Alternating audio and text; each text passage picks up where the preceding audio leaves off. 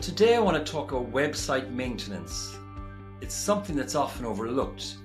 You bring in a web development agency, they design and create a new website, it gets published, but actually that's where the journey starts. It's managing and maintaining it afterwards.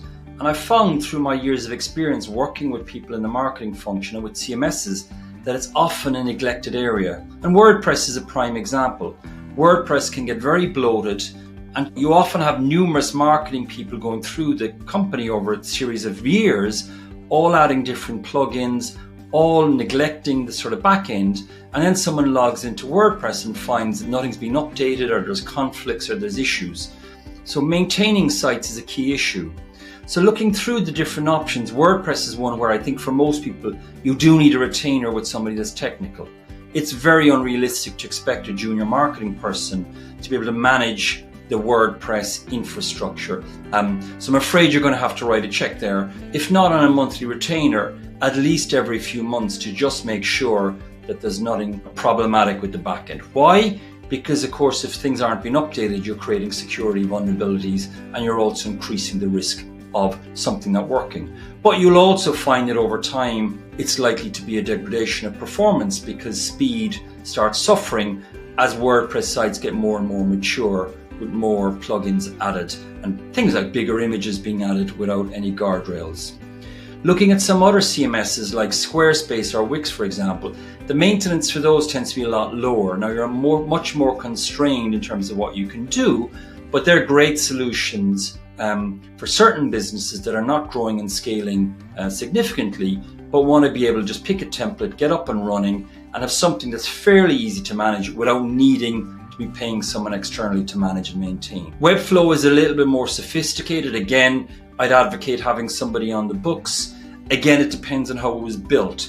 The website can look beautiful on the outside, but perhaps the back end was not done properly in terms of how it was set up, in which case a non-technical user is going to struggle to add new pages or even to edit stuff. So that's another CMS that you're probably going to need access to a developer fairly frequently. Finally, the category I want to talk to is Headless CMS, which is the category that Contento, my own company, operates in. That's definitely a much more developer-centric sort of CMS.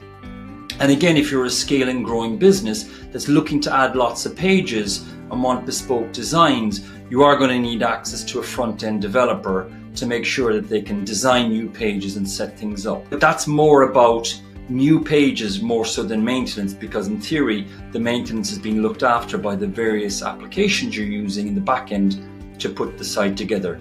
So there's different ways to think about it, but I guess the key message is you do need to budget for maintenance, you do need to budget for investing in sites. The days of just putting a site up there and not touching it for a few years, are not good if you are trying to be scaling and growing.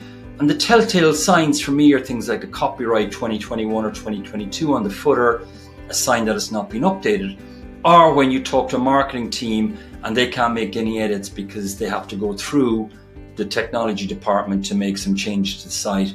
That's another big red flag, because we all know how that works. Marketing submit requests, technology are focusing on the product and other infrastructural issues, and therefore things just don't get done. So there's some of the things to think about, but the key message is don't neglect site maintenance. It's increasingly important if you're looking to scale and grow your business that you are investing in the site, so budget accordingly.